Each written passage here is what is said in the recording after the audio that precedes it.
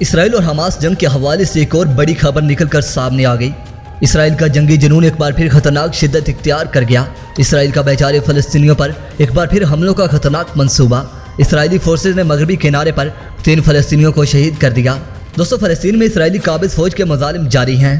تازہ واقعہ میں اسرائیلی فورسز نے مغربی کنارے میں 3 فلسطینیوں کو شہید کر دیا ہے۔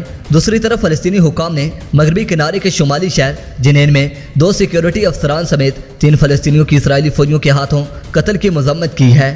ویڈیو کی مزید تفصیل میں جانے سے قبل آپ تمام نئے آنے والے احباب سے گزارش ہے کہ پہلے ہمارے چینل کو سبسکرائب کر کے ساتھ میں موجود بیل آئیکن کو بھی پریس کر دیں تاکہ آپ لوگوں کو ہر نئی ویڈیو کا نوٹیفیکیشن بر وقت ملتا رہے۔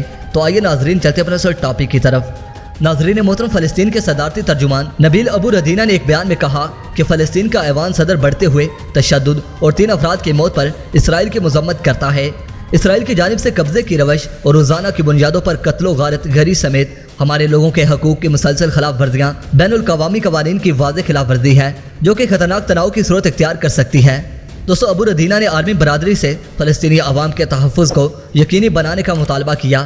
دوستو، یاد رہے کہ اسرائیلی فوج کے ایک دستے نے جنین شہر پر دھاوا بول دیا اور 3 فلسطینی شہریوں کو گولی مار کر ہلاک کر دیا۔